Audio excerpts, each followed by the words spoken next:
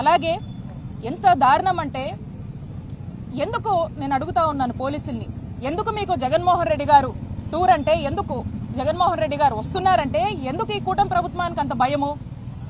ఎందుకు ఎక్కడ లేనన్ని ఆకాంక్షలు మీరు విధిస్తున్నారు?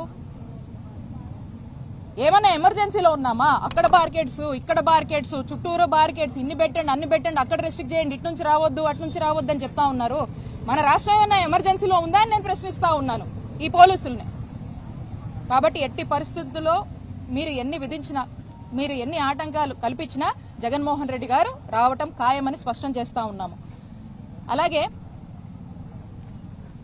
మేము చూస్తా ఉన్నాము, ఈ ట్రావెల్స్ వాళ్ళకి ఫోన్లు చేసి చెప్తున్నారంట, ఆటోలకు ఫోన్లు చేసి చెప్తున్నారంట, లోకల్ గా ఎక్కడికక్కడ పోలీసులు గానీ వీళ్ళంతా కూడా మీరు పంపొద్దు, మీరు పెట్టొద్దు, మీరు గనక ఎవరన్నా మీ వెహికల్స్ యూజ్ చేసుకుంటే మిమ్మల్ని కేసులు పెడతాం, మీ వెహికల్స్ లాక్కెళ్తున్నామని ఈ విధమైనటువంటి భయభ్రాంతులకు కామన్ మ్యాన్ ఈ రోజు గురి చేస్తున్నారు. అంత అవసరం ఏముంది?